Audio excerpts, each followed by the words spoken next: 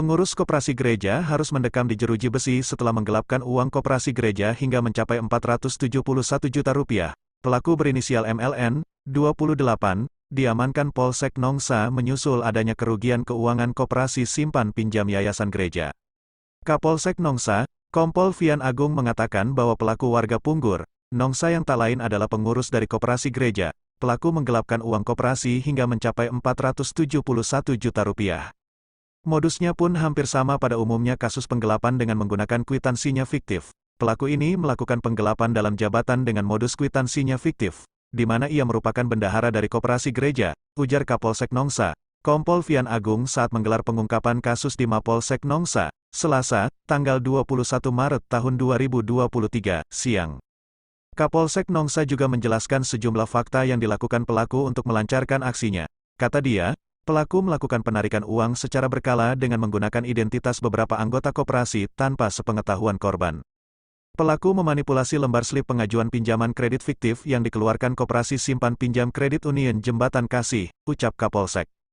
Terungkapnya kejadian itu bermula saat pelapor yang tak lain merupakan manajer koperasi. Roy mendapat telepon dari saksi yang merupakan anggota bendahara paroki Fransiskus Asisi, Nani, bahwa telah terjadi penarikan uang dari rekening paroki. Sementara dari pihak paroki tidak pernah melakukan transaksi penarikan uang kepada koperasi simpan pinjam, ujarnya. Setelah itu, pelapor pun langsung melakukan pengecekan terhadap keuangan yang ada pada koperasi simpan pinjam, lalu pelapor menemukan ada beberapa slip atau bukti transaksi koperasi simpan pinjam yang tidak sesuai dengan aturan.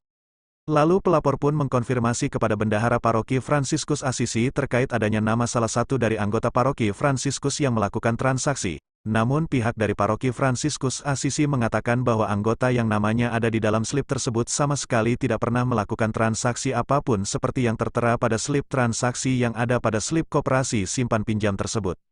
Selanjutnya, pelapor pun mengumpulkan bukti slip koperasi simpan pinjam yang diduga digunakan terlapor untuk melakukan transaksi fiktif dalam melakukan pekerjaan di koperasi simpan pinjam, ucapnya. Tidak lama wanita ini dicinduk tim Opsnal Unit Reskrim Polsek Nongsa di Lingga pada Sabtu, tanggal 18 Maret tahun 2023, kemarin. Polisi pun langsung membawa pelaku MLN ke Batam. Pelaku mengaku terpaksa menggelapkan uang koperasi simpan pinjam gereja untuk keperluan biaya berobat sang ibu. Saya terdesak, buat keperluan biaya berobat ibu saya, ucap MLN mengakui perbuatannya. MLN mengaku sudah tak tahu lagi cara menghadapi derita yang dialami sang ibu hingga nekat menggelapkan uang koperasi gereja tersebut. Ros Jihan Halid melaporkan dari Kabil Kota Batam.